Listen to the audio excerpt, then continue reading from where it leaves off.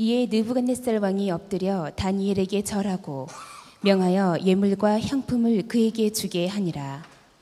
왕이 대답하여 다니엘에게 이르되 너희 하나님은 참으로 모든 신들의 신이시요 모든 왕의 주제시로다. 내가 능히 이 은밀한 것을 나타내었으니 내 하나님은 또 은밀한 것을 나타내시는 이시로다. 왕이 이에 다니엘을 높여 귀한 선물을 많이 주며 그를 세워 바벨론 온 지방을 다스리게 하며 또 바벨론 모든 지혜자의 어른을 삼았으며 왕이 또 다니엘의 요구대로 사드락과 메삭과 아벳느고를 세워 바벨론 지방의 일을 다스리게 하였고 다니엘은 왕궁에 있었더라. 할렐루야. 아멘. 귀한 예배의 자리에 나오신 여러분 사랑합니다. 오늘 말씀을 통해서 함께 은혜를 나누기를 원합니다. 이제 봄이 돼가지고 여러분 옷차림도 굉장히 얇아지셨어요. 제가 앞에 앉았는데 우리 자매님들 옷차림이 너무 짧아져가지고 제가 눈을 어디다 해야 될지 지금 예배 전에 조금 말씀 전에 시험이 됐습니다. 어떻게 해야 될지 잘 모르겠네요. 봄에 옷차림도 달라지고 또 하나 달라지는 게 음식이 참 맛있어져요. 그렇죠? 저도 요즘 고민이 식욕이 고민입니다. 점점 남자들도 이제 옷이 여름 되면 얇아지는데 이 우아기를 벗을 때 어떤 모습일지 좀 고민이 됩니다. 저도 가끔 이제 컴퓨터를 보면서 음식에 관한 기사들이나 이런 것들을 많이 보게 되는데 며칠 전에 굉장히 속상한 기사를 봤어요. 여러분 두부과자 아세요? 두부과자? 저 이 두부과자 참 좋아하는데요. 식당에서 밥 먹고 나오면서 계산되어 있는 두부과자를 한 번쯤은 아마 다 사 먹어보셨을 겁니다. 요즘은 사 먹는 것뿐만 아니라 너무 맛있으니까 집에서 직접 해 드시는 분들도 있고 이제 인터넷을 검색해보면 레시피도 굉장히 많이 있습니다. 근데 며칠 전에 신문 기사를 보니까 두부를 넣지 않고 두부 과자라고 만들어 판매한 업체들이 적발됐다 이런 기사가 나오더라고요. 두부는 하나도 안 넣고 밀가루와 설탕, 마가린만 넣어서 만든 겁니다. 실제로 두부는 하나도 들어있지 않은데 진짜 두부 과자의 한 절반 가격에 내놓으니까 불티나게 팔렸대요. 그래서 이분들이 적발이 돼가지고 더 이상 장사를 할 수 없게 됐다는 기사였죠. 여러분 이 기사를 읽으면서 사람들이 당분간 두부 과자를 사 먹을 것 같아요? 안 사 먹을 것 같아요? 저 같으면 안 사 먹죠. 어떤 게 진짜 두부가 들어있는 과자인지 안 들어있는 과자인지 모르니까. 여러분 표정을 보니까 두부 과자 저만 좋아하나 봐요. 별로 관심이 저는 이 기사를 보면서 굉장히 막 울분이 막 생기고 그랬는데 여러분 아닌가 봅니다. 근데 저는 이 기사를 보면서 앞으로 당분간 두부 과자를 먹으면 안 되겠다 생각을 하면서 문득 이런 생각을 했습니다. 기도하지 않는 크리스천은 두부 없는 두부 과자다. 모양은 그럴듯하지만 진짜가 아니라는 겁니다. 여러분 요즘 우리 교회에서는 그런 얘기를 안 하지만 여러분 개독이라는 표현 들어보셨죠? 이런 이야기들을 듣게 되고 읽게 되면 너무나 억울하고 속상하기도 하지만 일면 이런 표현들, 이런 비판들이 교회를 향하는 가장 큰 이유 중 하나는 그만큼 교회와 믿는 자들에 대한 기대치가 높기 때문이에요. 교회다, 목사다, 크리스찬이다 하면은 사람들이 갖고 있는 기대치가 있는데 그 기대치를 우리가 충족을 시키지 못할 때 사람들은 실망하고 거칠고 강하게 비난하고 비판을 하는 것입니다. 여러분, 크리스찬은 많습니다. 교회 다닌다는 사람 많고요.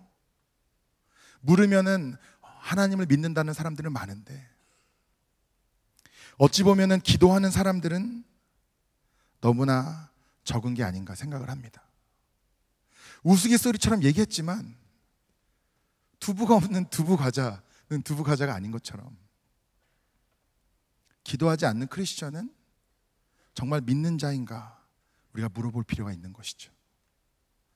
당분간 두부 과자 할 사람들이 안 사 먹는 것처럼 사실 크리스천은 너무나 많은데 기도하는 자들이 없어서 사람들과 사회가 교회를 신뢰하지 못하는 것은 아닌가, 그런 생각을 해보게 되었습니다.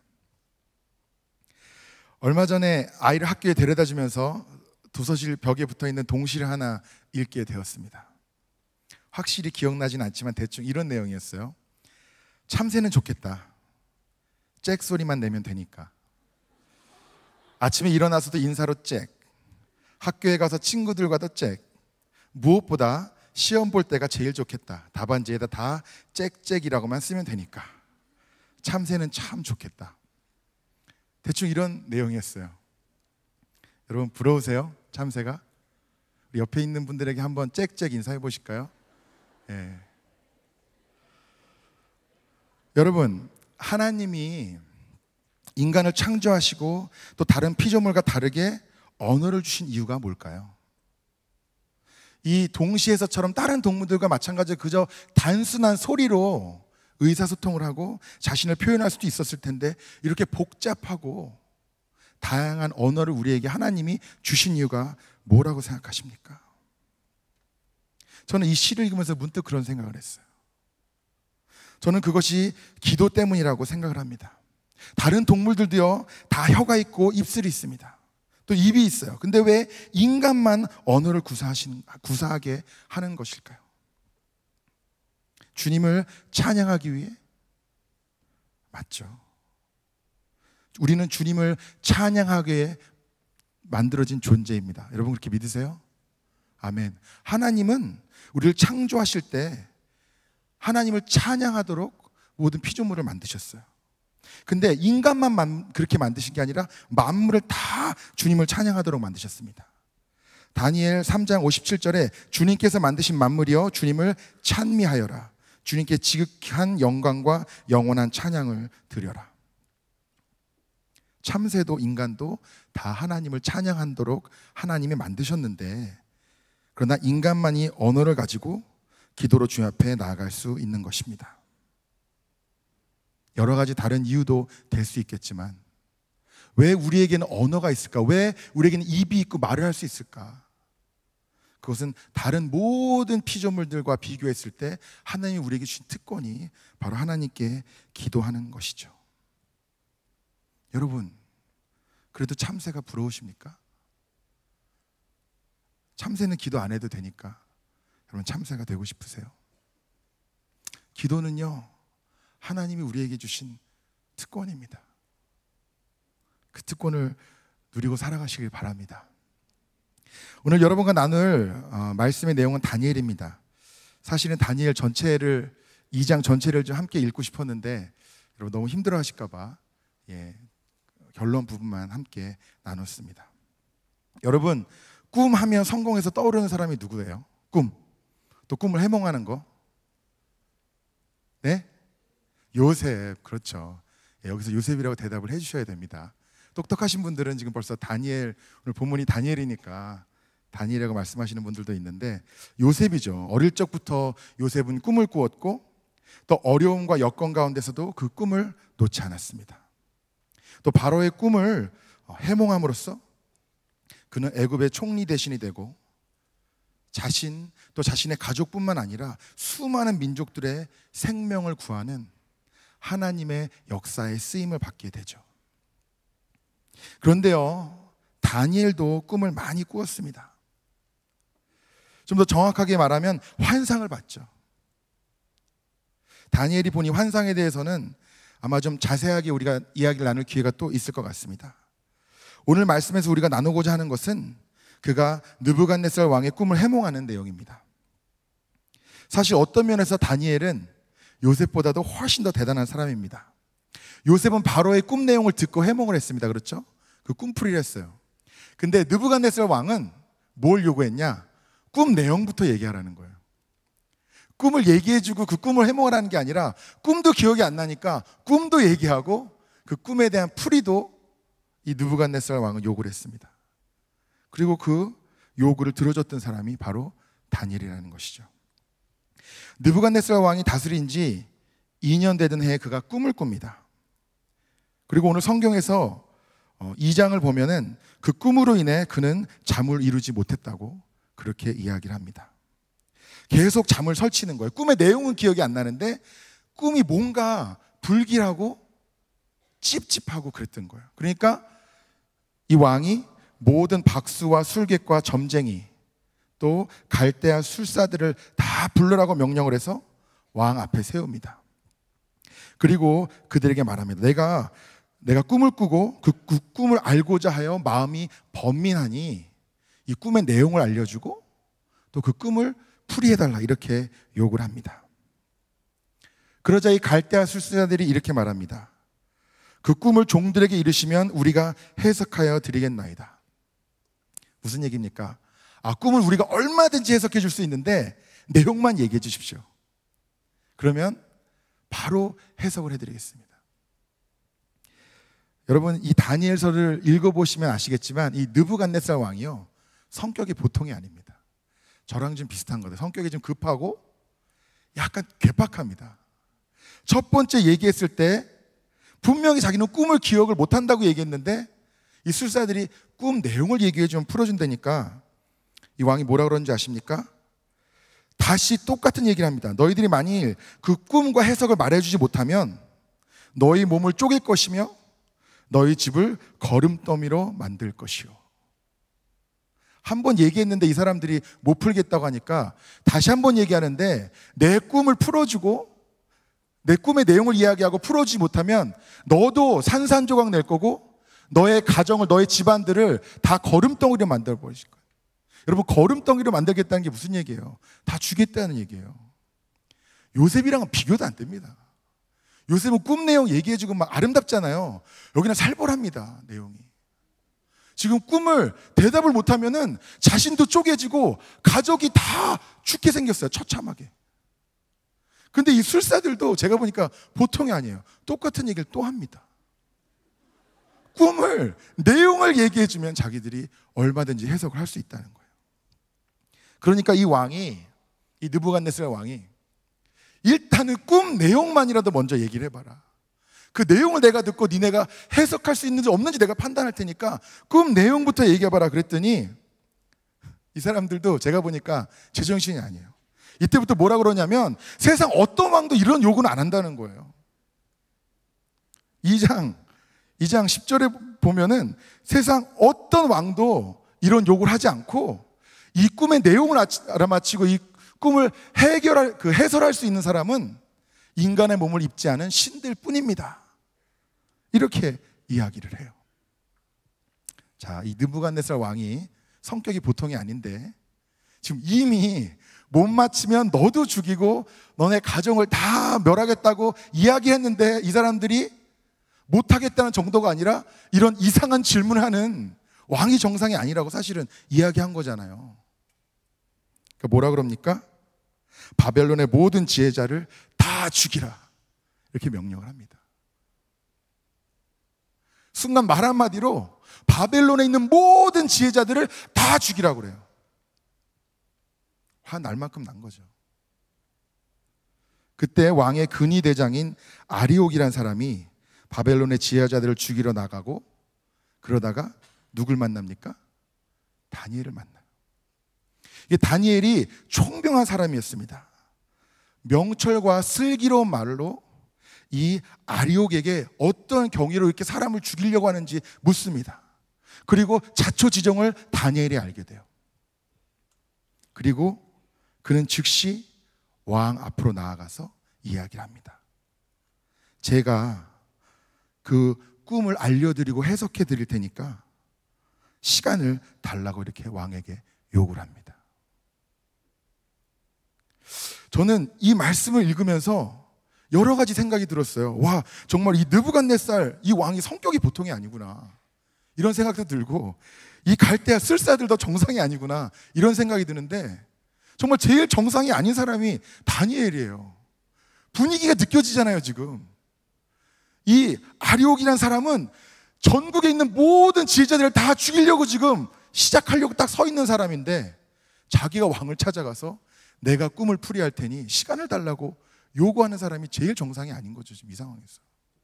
근데 다니엘이 그렇게 했단 말입니다. 그리고서 자기의 친구들을 부릅니다.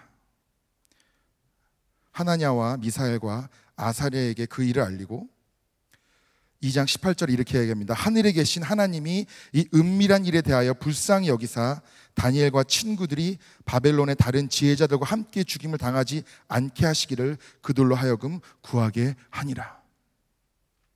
다 같이 모여서 뭘 했습니까? 뭘 했어요?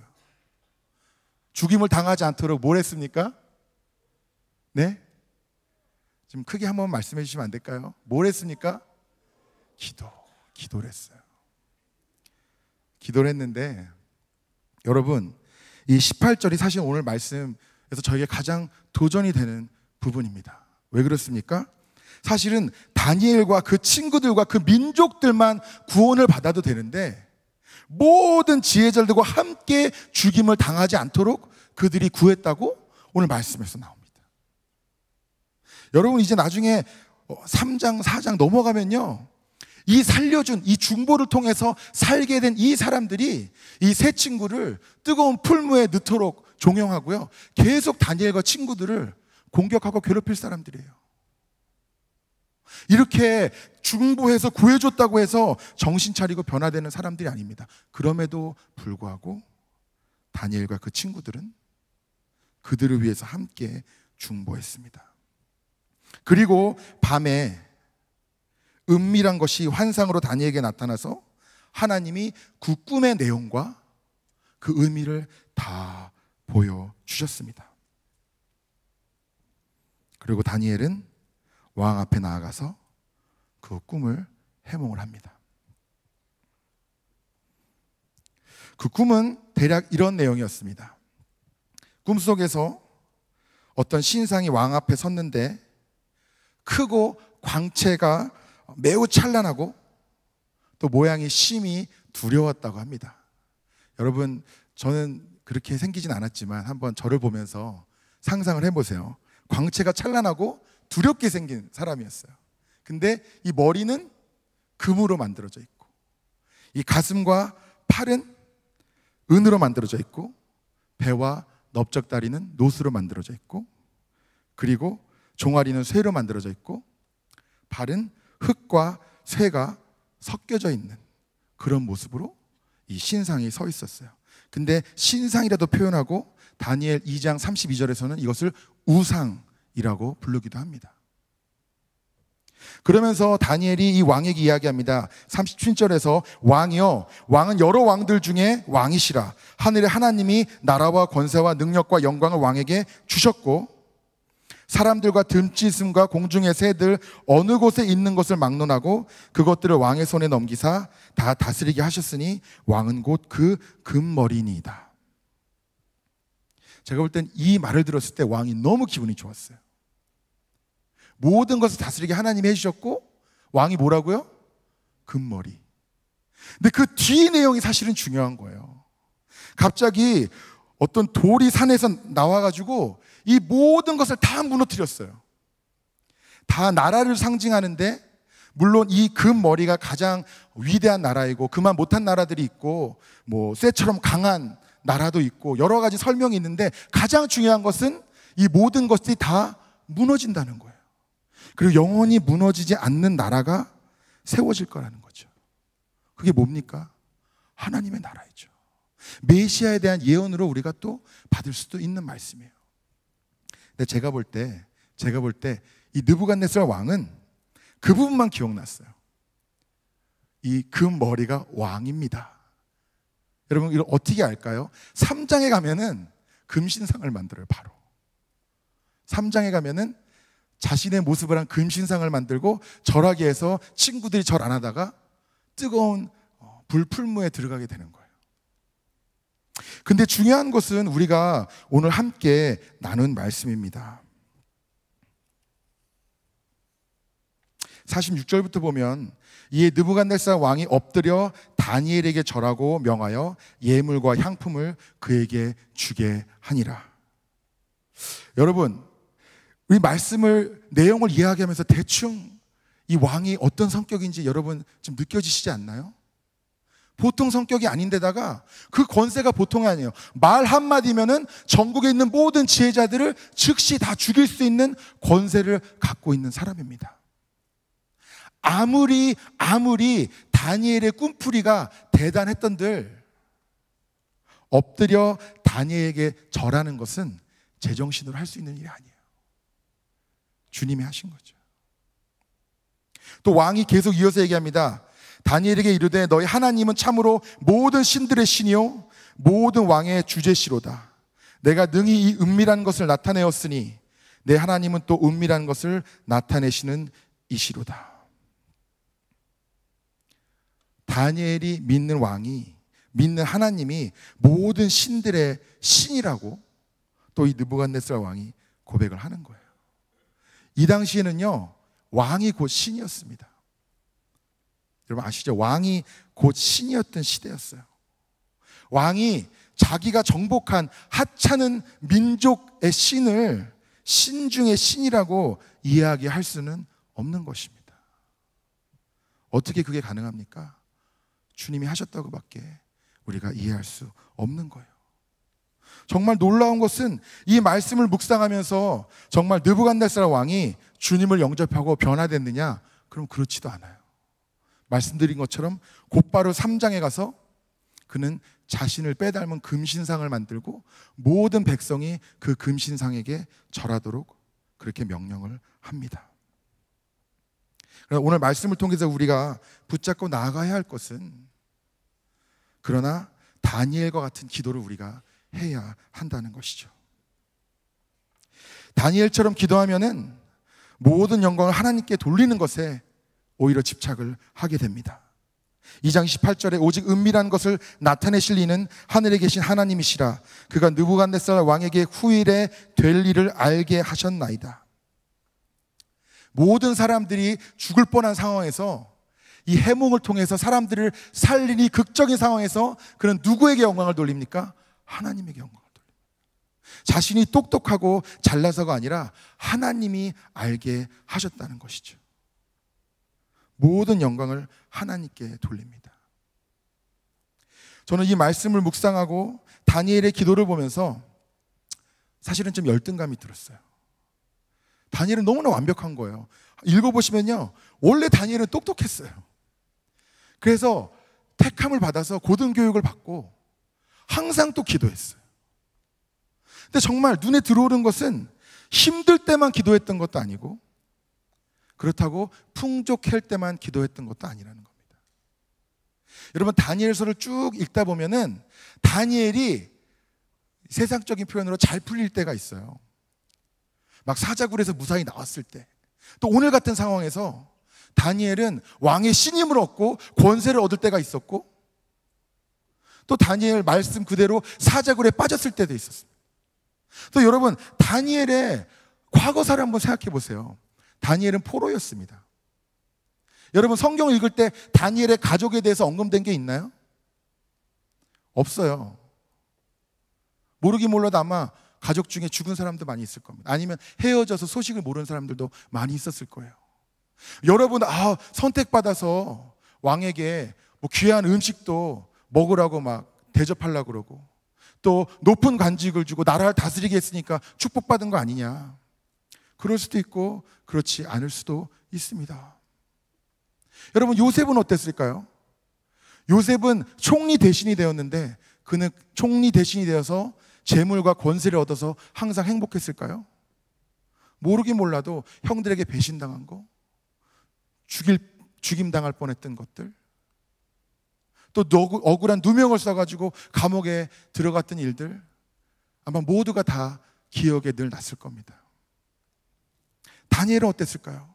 아무리 대단한 권세를 누린들 자기 고향을 강제로 떠나서 이 이방 땅에서 가족들도 볼 수 없는 그 상황에서 나의 나라도 아닌 다른 나라를 섬기고 있는 자신의 모습을 봤을 때 권세를 누린다고 해서 항상 행복했을까요? 아마 그러지 않았을 겁니다. 여러분, 욥기 묵상해 보셨죠? 욥기에서 초반에 욥의 자녀들이 다 어떻게 됩니까? 죽어요. 그리고 나중에 하나님이 축복을 해주셔서 다시 자식들이 또 태어납니다. 여러분이 아직 자녀들은 없으시죠? 자녀들은 없으시지만 한번 상상을 해보세요. 내 아이가 죽었는데 하나님 축복해 주셔서 더 잘생기고 똑똑하고 건강한 아이 둘을 주시면 여러분, 죽은 아이에 대한 아픔이 사라지겠습니까? 우리는 요셉도 그렇고 다니엘도 그렇고 그 결과만 보고 잘 됐으니까 역시 기도를 열심히 하면 하나님이 축복해 주시고 권세의 자리에 세워주시고 성공하는구나. 사실 깊이 들여다보면은 다니엘이건 요셉이건 하나님이 크게 사용하셨던 기도의 사람들은요, 고난이 없는 사람이 하나도 없었어요. 고난과 연단이 없는 사람이 하나도 없었습니다. 그럼에도 불구하고 그들은 늘 언제나 한결같이 기도하는 사람들이었어요. 여러분, 언제 기도하십니까? 언제 기도하세요? 보통 기도 제목이 있을 때 기도하시잖아요. 그죠? 기도 제목이 있을 때 기도하시잖아요. 제가 젊은이 교회 처음 와서 사실 새벽 기도 인원이 그렇게 많지가 않았습니다. 근데 언제가 제일 많았냐? 작년에. 올해도 그랬지만 부모를 위한 특세 때 제일 많았어요. 그리고 언제 또 확 줄어듭니까? 7, 8월 여름 살기 바쁠 때 또 확 줄어듭니다. 여러분, 기도는요, 한결같이 해야 됩니다. 내가 잘 될 때 하는 것도 아니고 내가 어려울 때 하는 것도 아닙니다. 늘 언제나 한결같이 하는 것이 기도가 돼야 하는 거예요. 제가 재미있는 이야기를 하나 읽었었어요. 중국의 이야기인데 기발한 광고문, 이런 제목으로 인터넷에서 읽은 이야기입니다. 중국에 워낙 자전거를 많이 타고 다녀서 흔히 남의 가게 앞에 담벼락에 사람들이 자전거를 주차하고 이렇게 출근을 한다 그럽니다. 어느 날은 이 주인이 너무 사람들이 자기 가게 앞에 자전거를 많이 주차하니까 해도 너무한다 싶어서 담벼락에 자전거를 주차하지 말라고 경고문을 썼습니다. 사람들이 주차를 했을까요, 안 했을까요?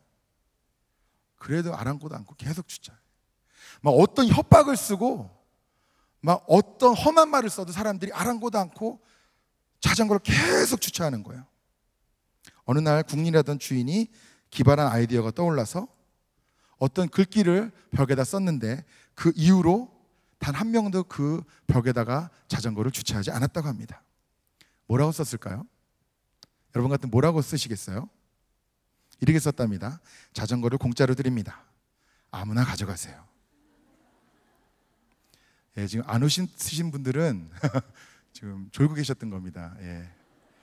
자전거를 공짜로 드립니다. 아무나 가져가십시오. 그러면 사람들이 자전거를 다 가져가겠죠. 이건 우스갯소리인데, 근데 제가 또 공교롭게 비슷한 이야기를 한국에 있는 이야기를 들었어요. 청통면 송천리 쉼터 앞에 외지인들이 밤을 이용해서 각종 폐기물과 쓰레기를 차량으로 지나가면서 또 의도적으로 버리고 이 종량제가 아닌 쓰레기가 산더미 같이 쌓이게 됐답니다. 그 사람들이, 이 동네 사람들이 쉼터 옆에 자꾸 쓰레기가 쌓이고 악취가 나니까 얼마나 싫었겠어요. 이 사람들도 똑같이 경고문을 썼어요. 적발되면 벌금이 얼마고 뭐 형사 처벌을 받을 수 있고, 막 빨갛게 쓰고 크게 쓰고 검정으로 쓰고 아무리 써도 사람들이 쓰레기를 버리는 것을 멈추지 않았다고 합니다. 근데 나중에 어떤 방법을 써서 면사무소에서 조치를 취하니까 더 이상 쓰레기를 버리지 않았다고 해요. 여러분, 이 이야기 아세요? 어떻게 했는지 아십니까? 면사무소에서 깔끔하고 단정하게 그 쓰레기 버리는 곳에 꽃밭을 심었다고 합니다. 아무리 협박하고 아무리 윽박질러도 멈추지 않던 그 쓰레기 버리는 사람들의 그 마음이 꽃밭을 보니까, 향기가 나고 아름다운 꽃밭을 보니까 도저히 쓰레기를 버릴 수가 없었던 것이죠. 더 이상 아무런 경고문 없이 사람들은 그곳에다가 쓰레기를 버리지 않게 되었습니다. 저는 기도는 쓰레기장에 꽃을 심는 것이라고 생각을 합니다. 우리는 우리의 가정, 우리의 직장, 우리의 교회, 모든 환경에서 쓰레기를 없애고 깨끗하게 하려고 날마다 발부동을 칩니다. 그러나 어떤 방법을 써도 쓰레기와 악취는 쉽게 사라지지 않습니다. 여러분 한번 돌아보세요. 그렇잖아요. 여러분도 여러분의 삶에서 쓰레기, 악취 이런 것들이 있길 원치 않으시잖아요. 깨끗하길 원하시잖아요. 근데 여러분 지금 어떠십니까? 지금 여러분의 삶에, 여러분의 심령 가운데, 여러분의 마음 가운데 악취가 나는 것이 아무것도 없으십니까? 깨끗하십니까? 순결하고 정결하십니까? 여러분, 우리는 어떠한 노력으로도 그 쓰레기, 그 악취를 없애버릴 수가 없습니다. 왜 그런 줄 아세요? 그 쓰레기와 악취는 다른 곳에서 나오는 것이 아니라 우리 안으로부터 나오는 것이기 때문입니다. 우리는 모두 다 포로된 자예요. 다니엘만 포로가 아니었습니다. 다 포로된 자인데 뭐의 포로입니까? 죄의 포로이죠. 우리는 모두가 다 죄의 포로된 자들입니다. 그렇기 때문에 아무리 닦고 쓸고 씻어도 우리 안에서 쓰레기가 나오고 우리 안에서 악취가 나오기 때문에 아무리 노력해도 씻어질 수가 없어요. 그럼 어떻게 해야 됩니까? 꽃밭을 심어야 되는데 그게 뭐라는 거예요? 기도라는 겁니다. 나는 포로된 자이지만 나의 상황, 나의 환경, 나의 연약함, 나의 실패, 나의 아픔, 나의 고통, 그리고 무엇보다도 나의 죄 때문에 나는 포로된 자이지만 내가 무릎으로 주님 앞에 나아가 기도로 하늘의 문을 열 때 이 쓰레기와 악취가 넘쳐나던 곳에 꽃이 심겨지고 향기가 날 수 있다는 것입니다. 여러분 혹시 파우스트라는 소설 읽어보셨어요? 괴테가 쓴 파우스트라는 소설인데 이 주인공이요 너무나 똑똑했습니다. 진작에 세상의 학문은 다 섭렵하고 이제 우울증에 걸릴 지경이었어요. 삶의 의미를 찾지 못합니다. 그런데 어느 날 악마가 찾아와서 제안을 합니다. 자신에게 영혼을 팔면, 간단하게 이야기하면 이런 내용이에요. 이 세상 살 동안 네가 나의 종이 되어주면 내가 너의 종이 되어줄 테니 너는 죽어서 지옥에 와서 나의 종이 되어라 라고 악마가 제안을 한 거예요. 이 세상에 네가 살아있는 동안에 물론 언제 너를 데려갈지는 지금 내가 말하지 않겠지만 내가 너의 종이 돼서 네가 원하는 걸 다 해주겠다. 악마가 그렇게 유혹을 해요. 대신에 네가 죽어서 지옥에 왔을 때는 나의 종이 되어라. 여러분, 우리가 많은 경우에는 우리의 상황과 환경으로 우리의 영적 상태를 평가할 때도 많이 있습니다. 어떤 자매는 너무 시집을 잘 갔어. 어떤 형제는 너무 취직이 잘 됐어. 부모님이 구원을 받았어. 이런 결과들로 기도 많이 했나 봐. 그렇게 판단할 때도 우리가 얼마나 많은지 몰라요. 그러나요, 여러분 아무 상관없습니다. 여러분 좋은 직장 얻고 건강하고 돈 많이 벌고 여러분이 원하는 것들 다 얻는 것 하나님의 축복일 수도 있고 마귀의 시험일 수도 있습니다. 그런 것들만 보고 우리가 판단할 수가 없어요. 여러분 주변에 그렇기 때문에 부러워하거나 무시할 필요가 없습니다. 저 사람은 뭔가 되게 잘못했나 보다. 저런 고난을 당하는 거 보면 아니에요. 그것이 하나님의 축복일 수도 있습니다. 저 사람은 정말 대대손손 기도를 엄청 많이 쌓았나 보다. 아니에요. 마귀의 시험과 유혹일 수도 있습니다. 우리는 우리의 결과나 상황이나 환경을 보고 이 사람이 기도를 하나 안 하나 판단하는 게 아니에요.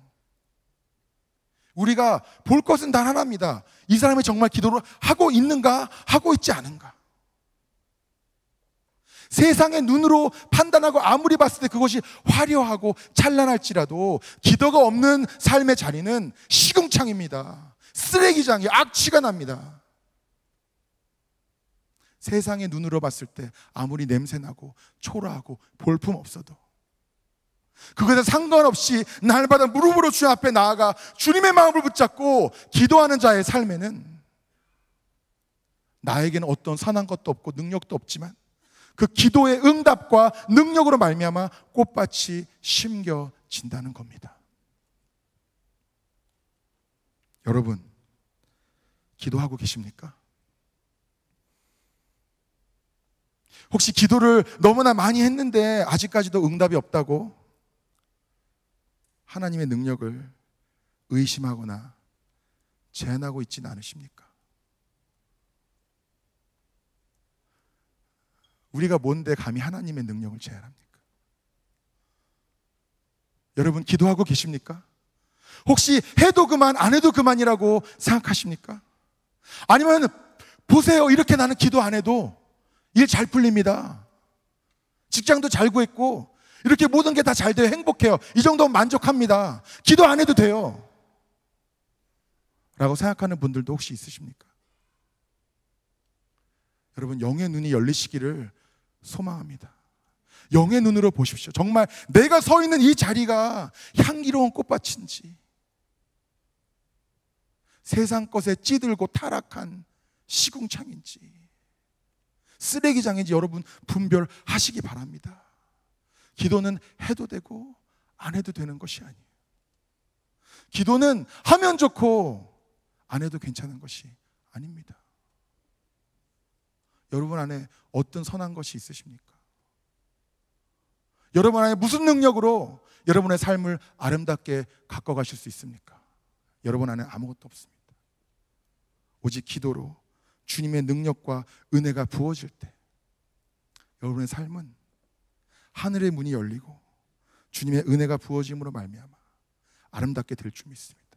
여러분의 기도를 통해 여러분 자신의 삶, 여러분 자신의 가정뿐만 아니라 하나님의 은혜가 부어지고 주님의 마음이 부어질 때 여러분의 그 기도와 중보를 통해 그 기도의 능력이 다니엘과 같이 한 민족을 다 살릴 수 있는 역사로 나타나게 될 줄 믿습니다.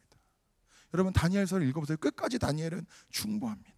자신의 원수들을 위해서도, 사람의 눈으로 봤을 때는 차라리 포기하는 게 나을 것 같은 죄인들을 위해서도 다니엘은 끝까지 중보합니다. 여러분 하나님이 환상을 보여주셨을 때 여러분 어떤 기분이었을 것 같으세요? 전 너무나 무서웠을 것 같습니다. 환상을 봤을 때 나도 환상 좀 봤으면 좋겠다, 그런 사모함도 있지만 한편으로는 너무나 무서웠을 것 같아요. 그러나 다니엘은 그 모든 것들을 다 감당했습니다. 매일 기도로 살았던 다니엘에게 있어서 어느 순간 더 이상 기도는 자기 자신을 위한 것이 아니었어요. 하지 않을 수 없던 것이었고 해야 하는 것이었습니다. 그리고 그 기도를 통해서 하늘의 문이 열리고 포로된 그의 삶 가운데 하나님의 은혜가 부어졌던 것입니다. 여러분 기도하고 계십니까? 여러분 기도하고 계십니까? 물론 여러분 억울하신 분들도 계실 거예요. 제가 새벽 기도에 안 나온다고 뭐라 그러는 게 아닙니다. 여러분 새벽 기도 안 나오신다고 뭐라 그러는 거 아니에요. 여러분 중에 정말 물리적으로 새벽에 못 나오실 분들도 분명히 계실 거라고 생각합니다. 그러나 여러분이 아랑곳 않고 기도하고 계시다면 당당하셔야죠. 집이 너무 멀으면 집 앞에 있는 교회에서 기도하십시오. 이두전도 안 되면 그 시간에 일어나서라도 기도하십시오. 시간을 정해놓고 기도하십시오. 간절히 기도하십시오. 일이 잘 풀리고 살만하고 편안할 때도 기도하시고, 정말 죽고 싶을 정도로 너무 힘들고 어려울 때도 기도하십시오. 기도는 나의 상황과 환경에 따라 하고 안 하는 것이 아닙니다. 여러분 우리 젊은이 교회는요 기도로 세워진 교회입니다. 여러분 그렇게 믿으세요? 우리 젊은이 교회는 기도로 세워진 교회입니다. 그게 우리의 자랑이에요. 우리의 자랑은 1000명이 넘게 모여서 예배드리는 것도 아니고요, 재정이 얼마 있는 것도 아니고 이런 거 다 아닙니다. 늘 우리가 나누는 것은 우리 젊은이 교회는 독립될 때 기도로 세워진 교회, 기도가 없이는 아무것도 이루어질 수 없는 상황이었기 때문에 기도 안 할 수가 없었대요. 그것도 축복이죠. 그것도 축복이죠. 지금 여러분 중에 하나님이 기도 안 할 수는 없는 상황으로 몰고 계시다면 그것도 축복이에요. 그러나 진정한 기도의 사람은 상황과 환경에 상관없이 항상 기도하는 자입니다. 그리고 그 기도를 하나님이 사용하실 줄 믿습니다. 여러분 기도하십니까? 기도하고 계십니까? 저는 이 젊은이 교회 사역자로서 가장 큰 자랑이 그게 됐으면 좋겠어요. 우리 청년들은 우리 젊은이들은 기도합니다. 그게 전 제일 자랑스럽습니다. 세상에서 성공하는 것도 아니고요, 잘생기고 이쁜 것도 아니고요, 많이 모이는 것도 아닙니다. 제일 자랑스럽고 싶은 것은 우리 젊은이들은 기도합니다. 제가 도전받을 정도로 기도합니다. 우리 젊은이 교회는 기도로 세워지는 교회이고 모든 사역이 기도로 이루어지는 교회입니다. 우리는 일이 잘 안 될 때도 기도하고요, 잘 될 때도 기도합니다. 항상 기도합니다. 1년 365일 우린 늘 기도합니다. 그것이 저와 여러분의 자랑이고 고백이 되기를 간절히 소망합니다. 우리 시간 함께 기도하겠습니다. 먼저 기도할 때 우리 좀 성령 충만을 위해서 함께 기도했으면 좋겠습니다.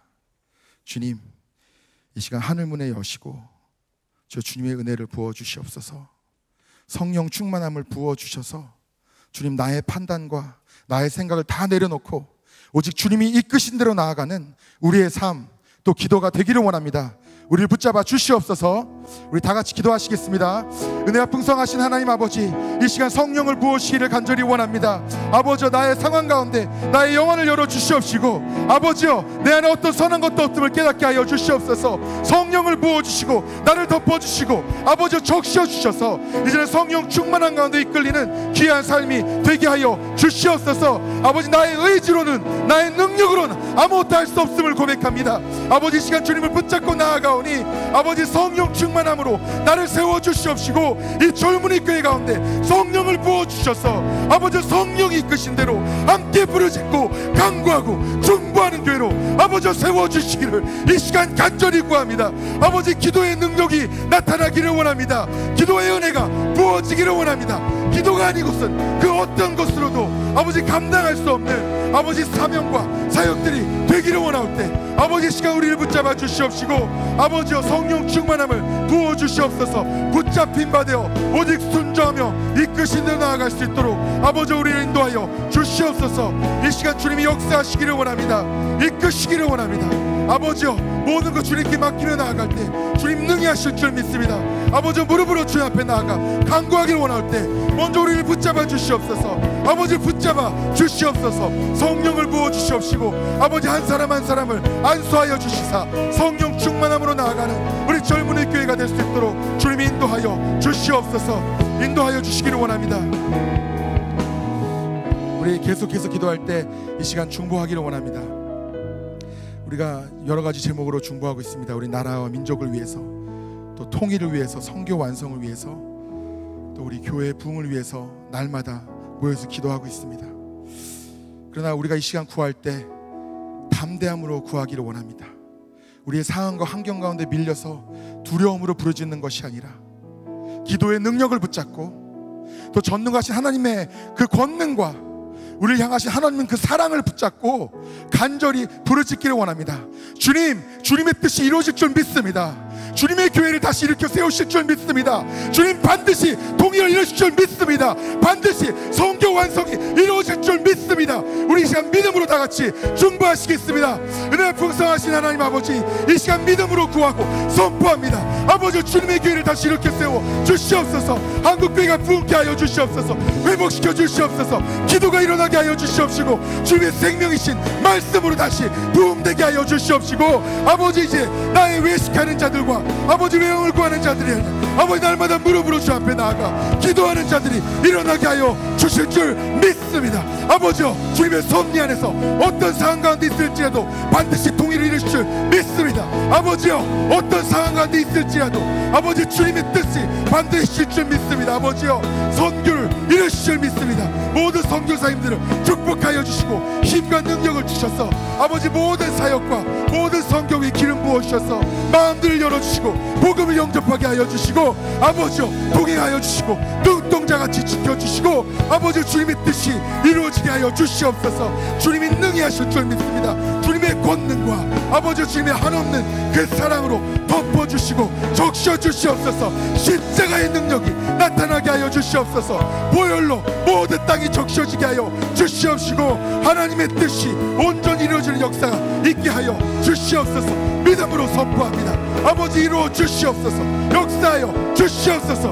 우리의 기도가 호흡이 되게 하여 주시옵시고 온전히 주님의 뜻을 이뤄나갈 수 있도록 지켜주시고 인도하여 주시옵소서.